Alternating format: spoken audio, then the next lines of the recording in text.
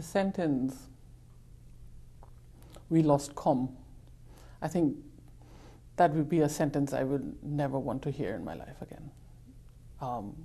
Like lost com, as in we lost communication. Were you aboard the vessel? Were you here? Yes, I was on board the vessel. I was on the ship. I think I lost hope when we passed the 96 hours mark. That's when I lost hope. And that's when I even then sent a message to my family on shore. I said, I'm preparing for the worst. That's when I lost hope. But my daughter, for example, she didn't lose hope until the call with the Coast Guard, when they basically informed us that they found debris. Tell me just some memories that you have of your boy. So he would not go anywhere without his Rubik's Cube. So he used to teach himself through YouTube how to solve the Rubik's Cube, and he was really fast at it. I think his best was 12 seconds or something like that. What were your last moments or words that you shared with your husband and son? Do you remember that?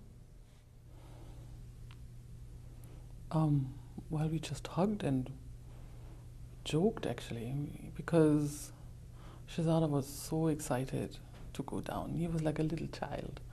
Was that a lifelong dream of his to do? Yes, absolutely. He had this ability of childlike excitement.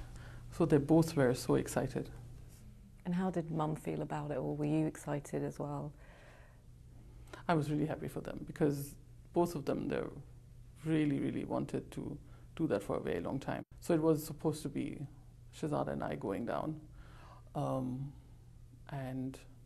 then I stepped back and gave the space to Suleiman, because he really wanted to go. This, again, seems like a really difficult question to ask, but how do you begin to get closure? If that's even possible. Is there such a thing? I don't know.